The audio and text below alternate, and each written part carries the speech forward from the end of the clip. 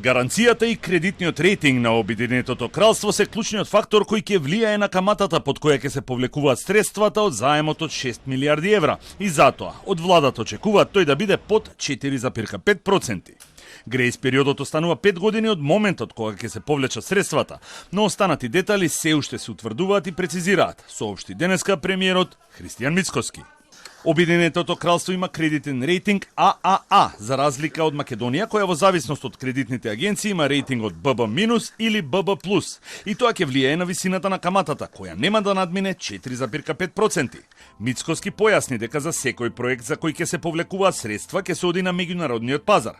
Повикот ќе го распише Министерството за финансии, а се очекува да учествуваат до 20 потенцијални кредитори, европски банки, и ќе се избере најповолната. То не гарантираме ние со нашиот кредитен рейтинг, туку Обединетото кралство со неговиот кредитен рейтинг. Затоа ве молам, пресметете каматна стапка 3 пати А. Зарем некој може денеска да зборува за коруптивна сделка со Обединетото кралство? Оној кој што е подготвен да финансира вакви проекти со одредена и конкурентна каматна стапка ќе биде избран. Не можеме ние од сега да знаеме дали таа финансиска институција со која што ние преговаравме ќе биде најконкурентна.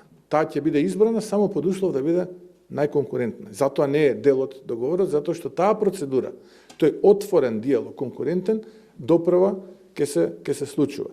Кога станува збор за грејс периодот, премиерот потврди дека ќе трае 5 години од повлекувањето на првите средства за кои очекува да бидат на 1 јануари 2027 година, но не појасни дали во овој период од 5 години каматата ќе се пресметува и ќе биде капитализирана, бидејќи тие детали би се договарале во преговори со финансиската институција која ќе биде избрана. Финансиските услови не се уште до крај договорени, инаку во случајот имаме 5 годишен грејс период и првата фактура, доколку одлучиме да биде таа банка, би доспела на 1 јануари 2027 година. Првиот проект кој го најави владата е изградба на брза железница на коридорот 10, односно од Богородица до Табановце и реконструкција на постоечката, а тој би чинел и до 2 милиарди евра. Со реконструкцијата се очекува годишен прилив на средства од транспортот на стоки и патници со кои би се покривале дел од средствата земени од британскиот заем.